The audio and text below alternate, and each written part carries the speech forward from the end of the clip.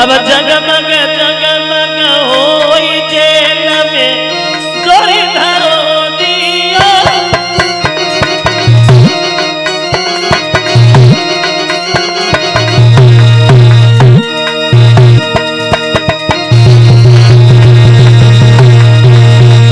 Jail में जगमग जगमग होई जेल में जोरी धरो दियो।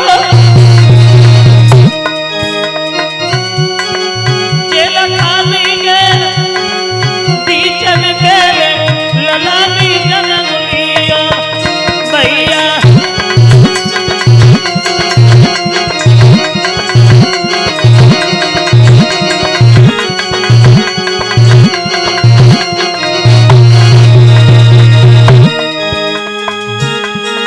अरे देवकी मन भी मगन भई।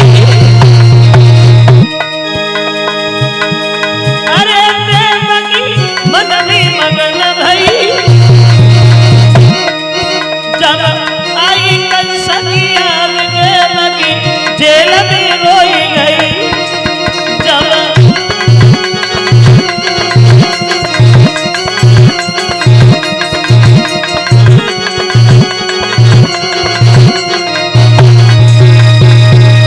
पहला बच्चा पैदा हुआ देवकी बड़ा मगन भई। लेकिन जब कंस का ध्यान आया तो देवकी रोने लगी, कहने लगी महाराज मेरे बच्चे को बचा लो, मेरा भैया मेरे बच्चे को नहीं छोड़ेगा। तो वसुदेव कहते देवकी माँ होने के नाते जितना दुख तुम्हें है तो पिता होने की खातिर उतना ही दुख हमें है। लेकिन मैं करे क्या, अगर इस बच्चे को कंस के पास लेके नहीं गए तो खबर तो उसे लगी ही जाएगी, पता नहीं बाद में हम लोगों के साथ क्या करें, इसलिए इस बच्चे को हमें दे दो। वसुदेव बच्चे को लेके गए, लेकिन कंस ने पहला समझ करके उसे छोड़ दिया। बोले 8वां हो उसे लाना, इसे नहीं मारे, इसे ले जाओ। देवकी ने जब बच्चा जिंदा देखा तो लाखों दुआएं देने लगी, भैया मेरी उम्र तुझे लगी जाए, तू हजारों साल जिंदा रहे, मेरे बच्चे को तूने छोड़ दिया। बड़ा खुश भई, अब खुश तो भई, लेकिन वह खुशी ज्यादा देर रुकी नहीं। क्यों? क्योंकि नारद ने देखा कंस इतना बड़ा पापी और इतनी बड़ी दया, जहर के भरे हुए घड़ा में अमृत की बूंदें किधर से नजर आने लगी। अगर कंस को ऐसी दया आने लगी तो भगवान को आने में तो बड़ा देर होगी, इसका पाप का घड़ा जितनी जल्दी भर जाए उतना ही कम है। अब चले नारद कंस से मिले तो कंस का हाल पूछा, क्यों परेशान हो कंस? कहने लगा नारद जी 8वां लड़का जो हमारी बहन का होगा वो मेरा काल है, वो ही चिंता हमें खाई जा रही। तो नारद कहने लगे किसी बच्चे ने जन्म लिया? हाँ मैंने अभी उसे छोड़ दिया। क्यों? पहला था इसलिए 8वां बार। तो नारद जी बोले लगता है कंस तुम 8वें तक पहुंचोगे नहीं, तुम्हारी मौत आ गई। और कंस ने सुना मौत आ गई, कंस गद्दी सो चल पड़ा, बाबा जी आ गई, किधर से आ गई? बोले दिखाई नहीं देती कंस। सुनो देवकी का हर बालक 8वां हो सकता है। तुमने ये कैसे जान लिया ये देवकी का पहला ही बच्चा है?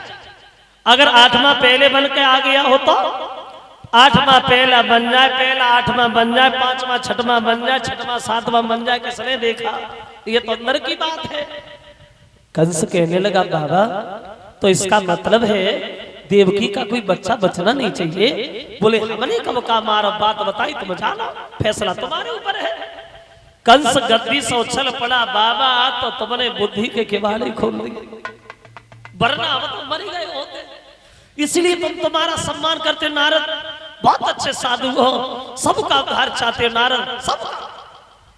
हंसने लगे नारद कंसराज, सबका उद्धार तो हम बाद में चाहते हैं, सबसे पहले तुम्हारा उद्धार चाहते हैं, लेकिन क्या करें बड़ा देर हो रही है।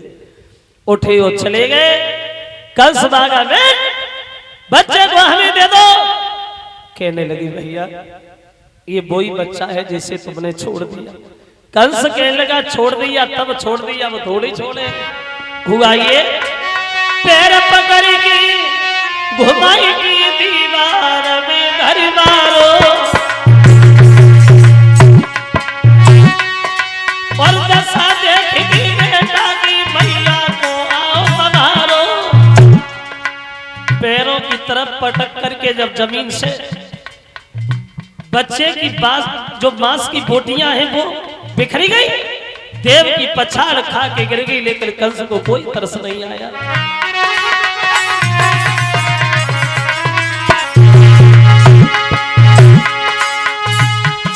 महाराज देवकी की भरी आई लगी, मन भी रोई गई, कच कहना सकी लगी। ऐसो भैया पत्थर बहु कले गो आई पिघलो, ऐसो भैया तेरी बहु कले गो आई पिघलो रे।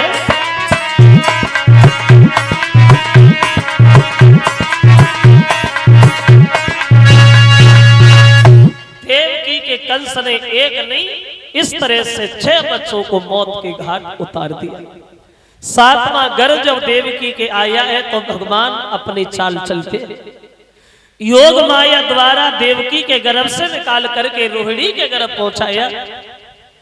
ये रोहिणी वसुदेव की दूसरी पत्नी है जो गोकुल में रहती। जब वह बच्चा पैदा हुआ तो उस बच्चे का नाम रखा गया बलराम। और इधर मथुरा में खबर भेज दी गई कि देवकी का 7वां गर्भ खंडित हो गया। अब चले 8वें गर्भ में स्वयं भगवान आ गया समय, जिस समय को ऋषि महात्माओं को, दीन दुखियों को बेसब्री से इंतजार था। भादों का महीना, कृष्ण पक्ष अष्टमी, दिन बुधवार को चले भगवान। इधर कंस तैयारियों में लग गया, चिल्लाने लगा, बहादुरो आ गया है समय कुर्बानी का। ये वक्त आना कानी का नहीं है। जहां एक पहरेदार लगता था 10-10, 20-20 लग जाए। जानते रहो, एक दूसरे को आवाज देते रहो। जैसे मेरा काल पैदा हो आके हमें बताना, इतनी दुर्दशा के साथ मारूंगा जो देखने वालों का कलेजा हिल जाएगा। समझ जाएंगे दुनिया के लोग, कंस का काल मारा गया, कंस अमर है, अमर। तैयारियों में लग गया कंस महा मथुरा में। देखिए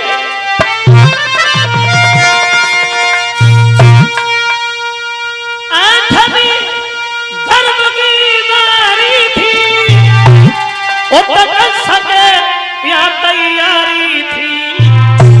और राजा था पहरेदारी में, उत जेल में महल बिचारी।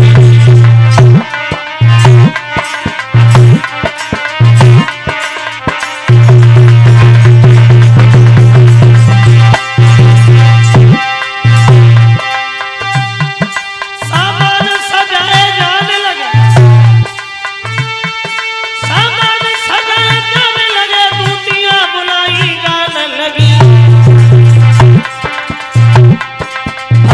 के पहरा वालों पे चौकियां बिछाई जाने लगी।